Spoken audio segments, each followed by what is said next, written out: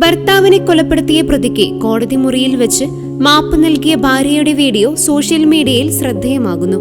August 7-ന് ജോർജിയയിലെ കോടതി മുറിയിലായിരുന്നു വികാരനിർഭരമായ കാഴ്ച.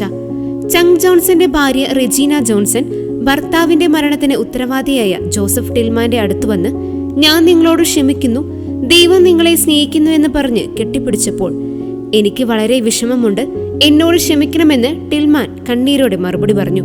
അതേസമയം വാഹനം ഉപയോഗിച്ചുള്ള നരഹത്യ, ലഹരി ഉപയോഗിച്ച് വാഹനമോടിക്കൽ, അശ്രദ്ധമായി വാഹനമോടിക്കൽ എന്നീ കുറ്റങ്ങൾക്ക് ടിൽമാനെ 20 വർഷം തടവിന് കോടതി ശിക്ഷിച്ചു.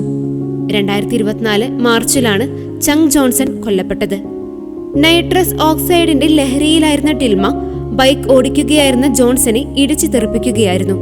ഒരു കൊലക്കേസിലെ ഇരയുടെ ഭാര്യ പ്രതിയെ കോടതി മുറിയിൽ ആലിംഗനം ചെയ്യുന്ന സംഭവം താൻ ഇതുവരെ കണ്ടിട്ടില്ല എന്നായിരുന്നു കേസ് പരിഗണിച്ച ജഡ്ജി ടോണി ബേക്കറിന്റെ പ്രതികരണം.